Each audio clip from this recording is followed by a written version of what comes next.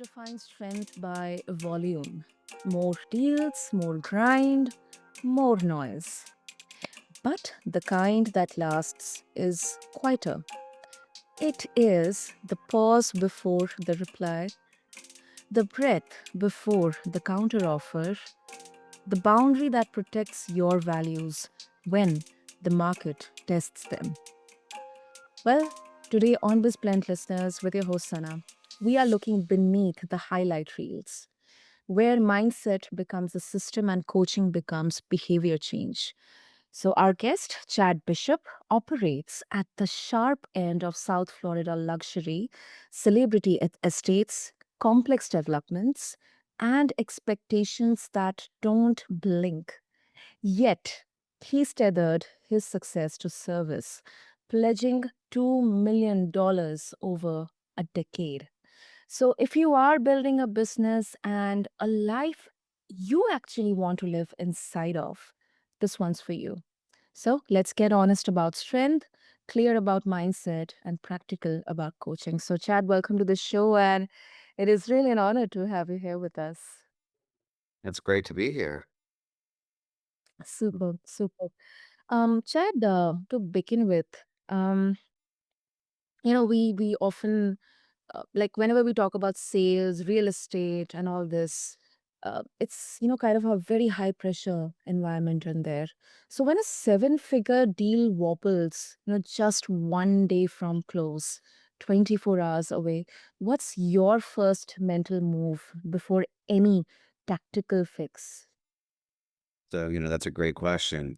When you've been doing this for a while and you're in a position where you're helping someone buy and someone sell, and you're kind of that glue that keeps it together, the first thing you have to do is realize take a deep breath and be a solution maker. How are you going to get this fixed? Don't take it personal. It's not your fault. You have to take a deep breath and communicate to everybody. All right, this just happened. How are we going to get that to the finish line? And this is a great topic for today because it actually just happened yesterday. We're supposed to have a closing on Thursday, and we found out that the seller had an open violation that he was hiding, and it didn't come up until literally 48 hours before closing. So instead of getting mad at the seller, getting mad at title, getting mad at everybody, it's to take a deep breath and you figure out, okay, how do we fix this rather than get everybody worried and upset? Hmm. Yeah, yeah. I think that really, really makes sense. I mean, and do you when your deals they're involving celebrity names and nine-figure stakes? I mean, how do you keep your decision making clean? Like, do you have any set practice or ritual for every day that you follow, like non-negotiables that help you maintain that clarity, that calmness, and less adrenaline? If at the beginning it was always fun to have that celebrity client, that high net worth client, but at the end of the day, they're putting their trust in you to help them get through the process. And you have to make sure that you're not putting who the person is and what the transaction is. It doesn't matter if it's a $50,000 deal or a $50 million deal. That Mm. buyer or that seller put their trust in you to never get too excited, never get too mad, and make sure that you're a solution provider. And that's what we have to remember, that we're in the people meeting business and we're solution providers to help them get through the process.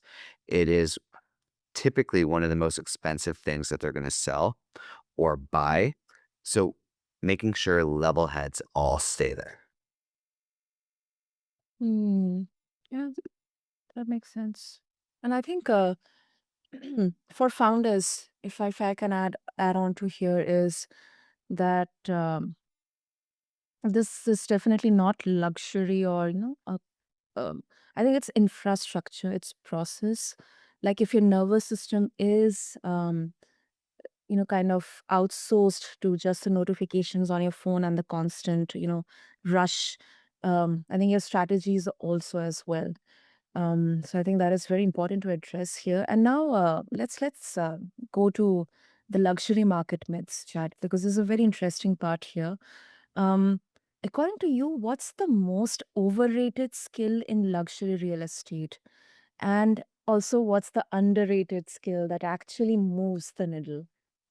I Needle. think the most overrated part of luxury real estate is the word luxury.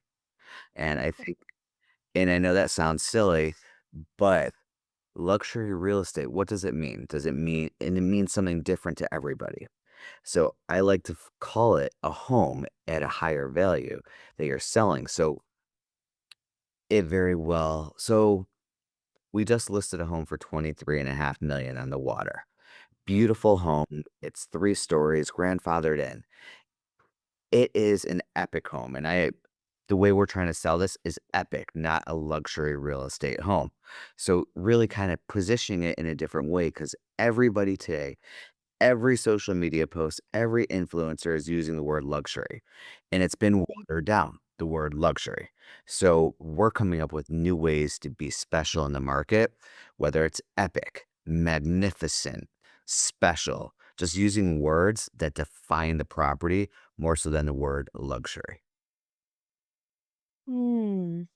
No, I totally agree with you. I mean, I kind of laughed in there, but I think, yes, it is. It's kind of, just used in order to grab the attention in the luxury. Like it's, all like you see luxurious stuff out there. But yeah, I think you are right. And also the underrated one, Chad, if we can highlight. I think the underrated one is with everybody moving so fast today, people have lost the ability to communicate. And I think the underrated one is picking up your phone and calling someone, not just texting, not just emailing, not just voice messaging, communicating with that person.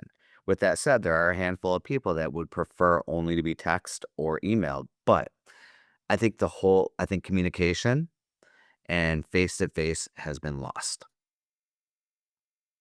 Hmm. And I think that is specifically in high value deals and negotiations and conversations. We always I've always seen coaches and mentors saying that always go for a face to face meeting because that works in a very different way than just a call or an email or a text.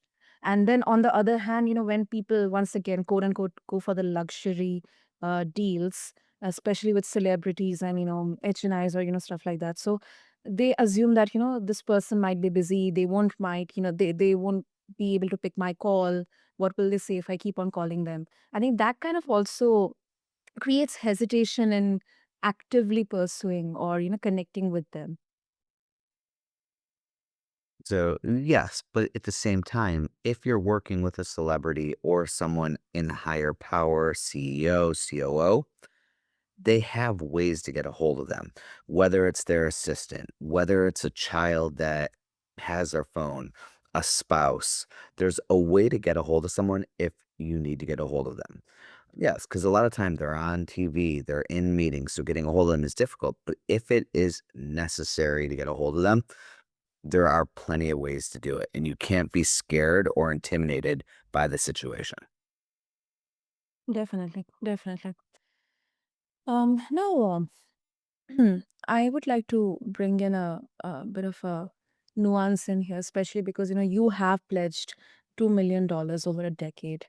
Um, and this is basically on the lines of whether it's a philanthropy or a PR. Like, why should skeptics believe this is impact, not optics? Shad. So I read a book called Never Eat Alone.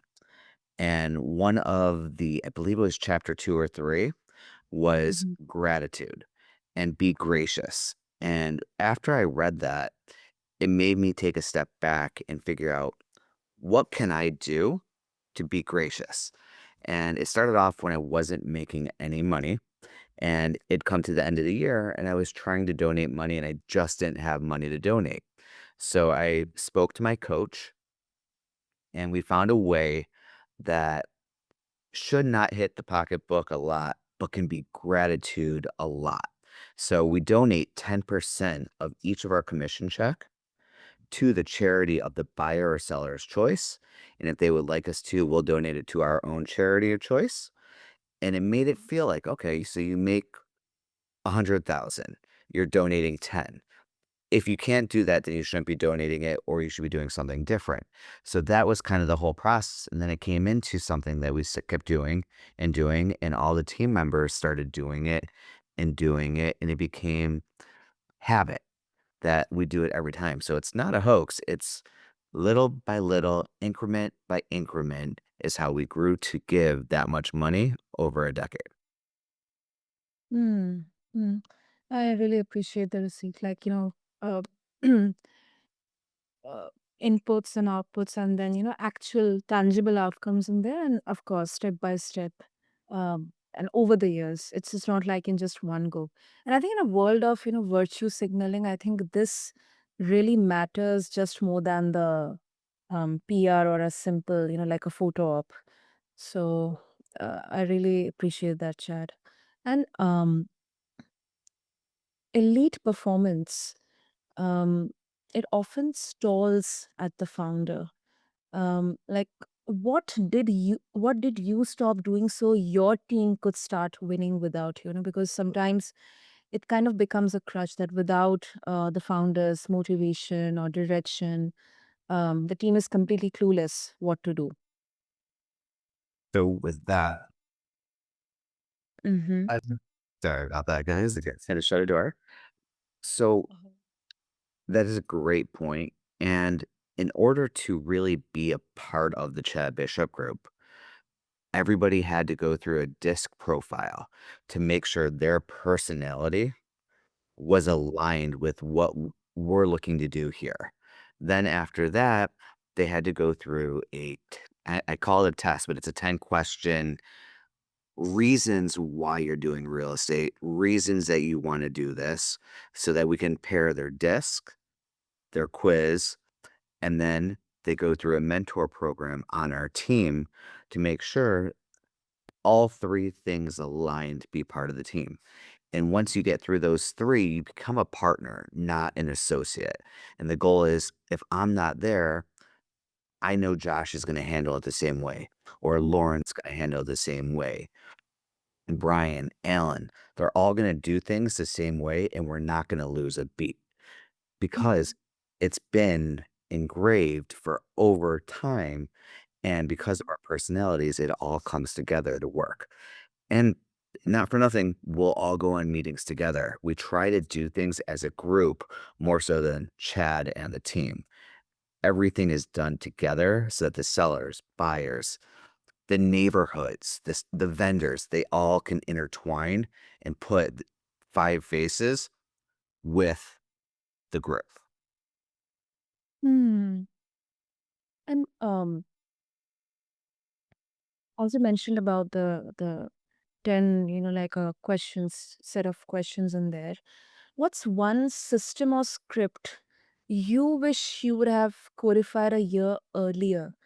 uh, and any particular KPI that kind of would have told you that yes, it was time. I will tell you that the disc profile. Mhm.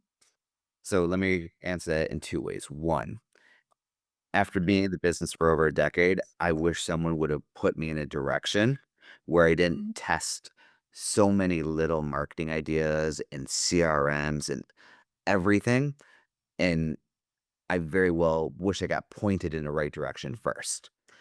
When building a team, I wish I would have understood how powerful the disc profile was Okay. to situations so that I knew who I could work well with. And I know it's not here, but it's the same thing with love languages. How do people learn? Because if I'm teaching one way and it's verbal or it's through video and all they learn by is by reading, then it's not going to be the right fit because I'm not going to teach to their habits. So I'm trying to put people around me so we're not repeating. So I wish I would have learned about the disc profile about a year or two earlier. Hmm. I'll be very frank, Chad. I didn't know about this. So today I learned it from you. So thank you for Oh, that. nice. No, I think this is very, very interesting. Yes.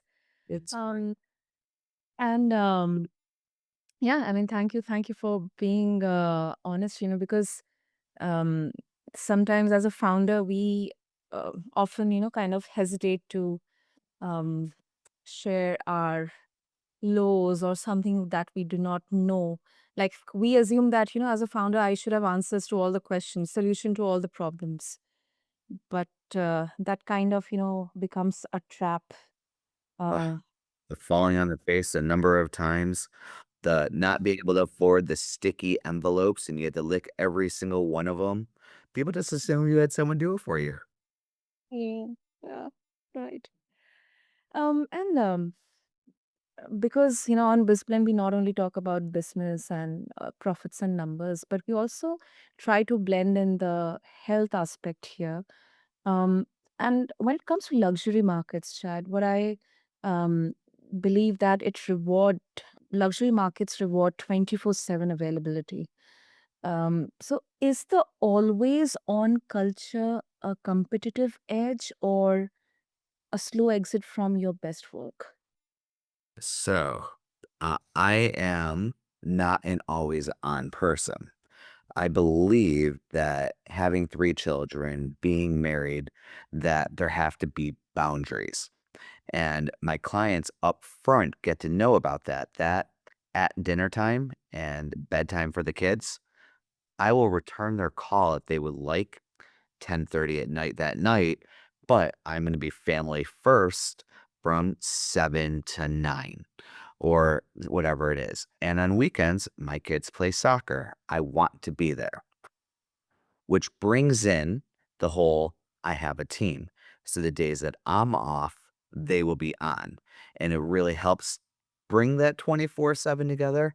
But for health and sanity, we need to make sure we incorporate working out, pickleball, pool time, boat time, kid time, and keeping ourselves together, or else we're going to burn out and we will be no good to our clients or our family or ourselves. Exactly. Exactly. But is it possible for a founder who is just starting, uh, maybe, they're just entering the market and they're trying to build something. Is it possible? I would I still think that if you're a founder, your greatest asset, if you can do it, is to bring on an assistant who can give you those extra hours. But I'm still gonna say, for mind and health, you need to at least give yourself some break time. 24/7 is great and it sounds fantastic to everybody, but you'll find that your clients respect you when Hmm. you say, listen, I'm going to be doing this with my family these hours. Build those boundaries up front. And the 24/7 is, again, it sounds great, but you're going to get burnt out unless you have an assistant that can give you those extra 20 to 30 extra hours a week. So if you have an assistant, you're now working 80 hours a week opposed to 50 or 60. So you're getting those extra hours, but you need the boundaries. I am a firm believer if you're not good for yourself, you're not going to be good for your clients. Absolutely. I mean, this is I think this is universal truth. And um, uh, even the clients would also appreciate uh, your advocacy of having those boundaries, uh, those me times, time with your family and loved ones. They'll hugely appreciate that, and that is something that can also kind of uh, create that trust and relationship. So yeah. It's really the first negotiation you have with a client because you're letting them know that up front that these are my times that are non-negotiable. And if I'm going to do this for myself, imagine how well I'm going to negotiate on your behalf as well. Exactly. Brilliant. That's brilliant, Chad.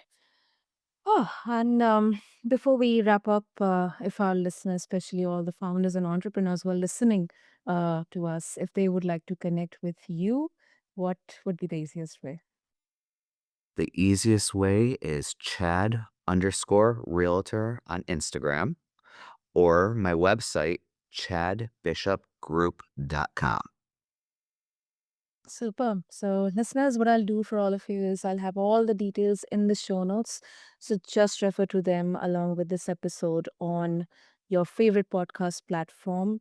And before we wrap up, I think what I take away from this conversation is that success isn't just what you close, it is what you choose. And Chad, thank you so much because you have really, really reminded us that elite performance it scales when your standards are teachable. Um, your calendar it tells the truth, and your impact it actually shows up in outcomes, not just flashy headlines. So thank you so much for this really, really grounded conversation. I appreciate the platform. It was great speaking with you. Totally, totally. And to all the listeners out there, if this conversation has landed with you, share it with the one person you know who is building big while trying to stay whole. I'm Sana. This is BizBlend, where we build careers worth having and lives worth living. Until next time, choose well and move with intention. Thank you.